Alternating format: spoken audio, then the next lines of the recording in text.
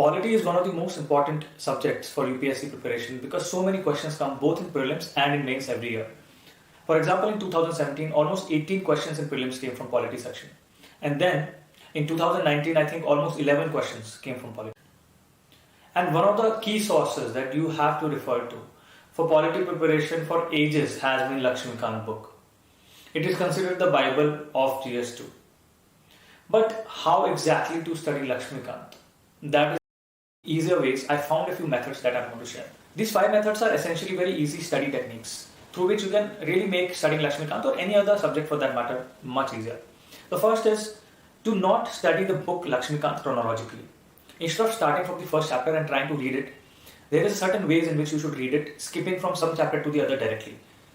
The second is the fact that you should not be making notes from Laxmikant. It is a very big mistake to make notes from Laxmikant. Third, there is a book called Constitution at Work, which is a class 11 NCERT book. It is a must for anyone who's trying to prepare for polity. And before you read Laxmikant, you must read this book. Fourth, revision is one of the most important things when it comes to polity. Because polity has a lot of interesting facts and a lot of different kind of acts, constitutional articles, constitutional provisions, and even historical facts that you should know in order to answer your questions well. And finally, of course, it is all about hard work. If you work hard, if you give it your all, you're going to succeed. This first, you should not start from the first chapter at all, okay? Start with the chapter President, after that read Vice President, then read Governor, then read the emergency provisions, okay? Because emergency provisions are closely related to the other chapters that I just read out to you. And finish these off. And then we come to the center-state relations. See, we have done executive, we have done legislature, the judiciary, we have done different other arms of the government, and then we have come to state-center relations. And in this, we are going to go for election commission, election, anti-defection. And after that, all the other national bodies like National Commission for Women, SC, STs, OBCs, the Human Rights Commission, CVC, Lokpal, etc. Okay, so, but don't read the whole chapter, okay? You should just read it till budget. And after that, you go to CAG chapter and then come back to the budget and the remaining section of the parliament. So parliament is a very long chapter. I don't want you to read the entire chapter right away in one go.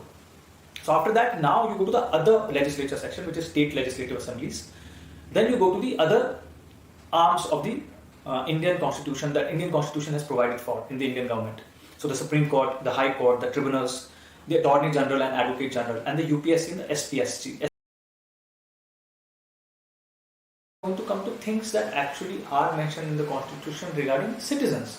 So these are fundamental rights, citizenship, DPSPs, directive principles of state policy, fundamental duties, the amendments of the constitution and preamble, J&K, UTs, Panchayati Raj institutions, municipalities, etc. By dividing it in different sections. So there is a technique of studying called Pomodoro technique. And this is a modification of Pomodoro technique that I'm using. So you can refer to that. It will really help you to retain and really understand polity well. The second point about making notes, I don't think you should make notes for polity at all. The Laxmikant book itself is in a very nice note format, sort of, I believe.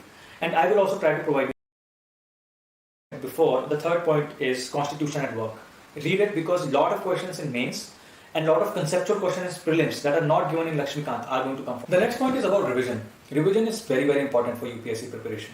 Without revision, any subject, not even polity for that matter, will really require you to have a different